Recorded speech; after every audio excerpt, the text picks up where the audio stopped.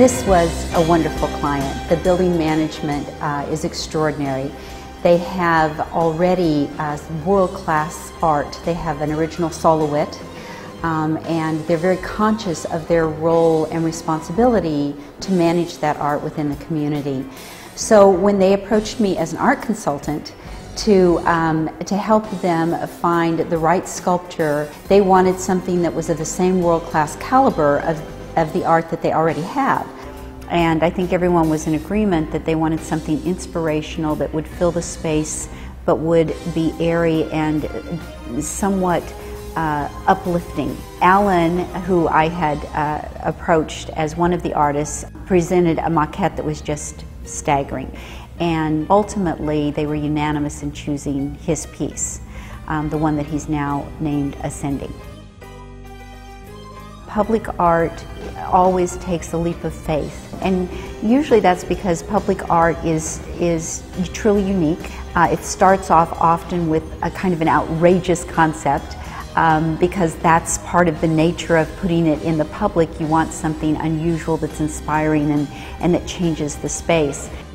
Because this building is a private building and it is indoor, it's part of the indoor atrium, it would have been easy for the client to have thought of it as really just a part of the decor of that building, and they didn't. They embraced the idea that it would be seen by the public as part of the overall public artscape of Sacramento.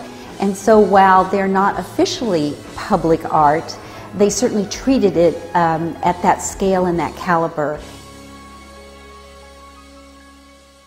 For the 1201K, I went over to the building and looked at the site. This is a site-specific piece, so it's very tall ceilings. There's 3 stories ceiling, and it has that rotunda and the semi-circle of glass. So I needed to come up with something that wasn't just static in the center of that floor, but actually would envelop people to come and look or walk around the piece. So as you come into it, you're drawn to the piece. It's very lineal as you first appearance, but as you start to move around, it becomes more massive and it changes. And so when I built the model for 1201K, there's a lot of little nuances that happen in the surface of the wax, which I try to keep as we increase it in scale. Originally, the piece was only going to be between 12 to 15 feet. But the more I spent time in the space and considering that, that space being 33 feet, 3 stories, would diminish that, would dwarf that piece. So the 1201K owners decided that it's okay to go ahead and scale it up. Actually, they prefer it to have it larger. So instead of being 15 feet at maximum, it's 21 feet now. Patina are corrosives, like ferric nitrate or cupric nitrate, which would be copper that's been dissolved in nitric acid, and it's granular, and then you add water to it, and then you heat the bronze up. And by heating the bronze up, it drives the ambient moisture out of the metal, and so when you start to spray these corrosives on, it etches the copper. And with the cupric nitrate, you get these greens, and then ferric nitrate, you get reds. They work in conjunction with each other. The chemicals respond to the copper, and then they respond to themselves, and so you have this kind of control. It's like basically watercoloring with heat. Well, you know, there was a lot of colors going on inside that building, but they're natural colors, and they're natural to the patina. The sort of the reds, the rusty reds that I have on there, and the greens, which are not in the building, but they help to articulate the other colors, and they work well. And the whites and the yellows and so on are all basically, they're colors that are in the environment.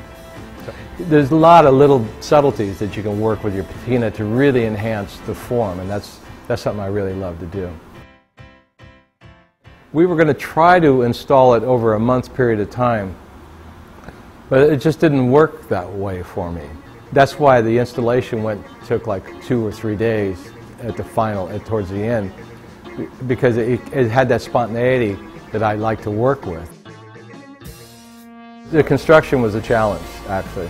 Trying to figure out how to get it in was a problem, and kind of interfered with the creative process at times, because you didn't really know how it was going to work. So it was just a leap of faith. We just figured it out as we went along. Again, I was building like a ship in a bottle.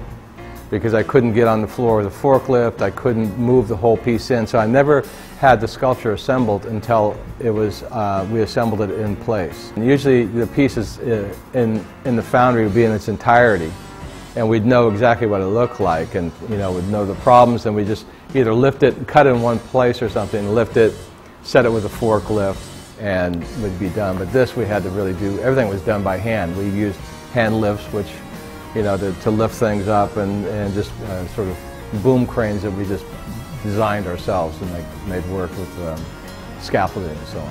When we're working, the time just goes by. You don't even notice it. You're not tired. You're just contemplating or just considering just finishing the piece, and it really went well.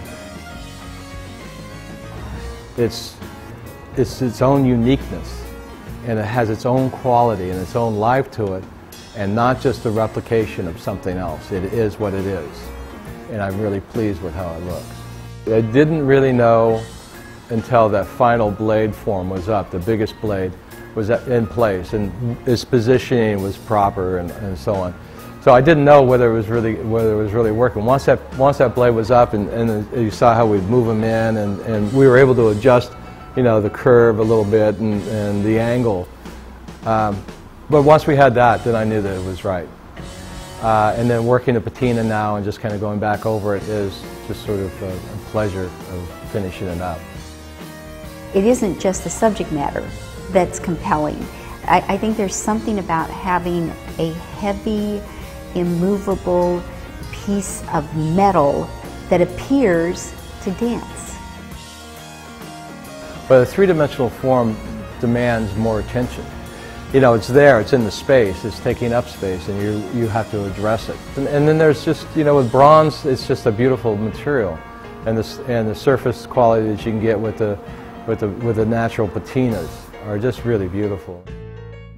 There's something about having a lot of different people with very different skill sets coming together to do something that they don't have an exact roadmap for, and all creating differently but toward the same end. For me, everything's changing all the way through the process, every part of it, and it's not done until you walk away from it.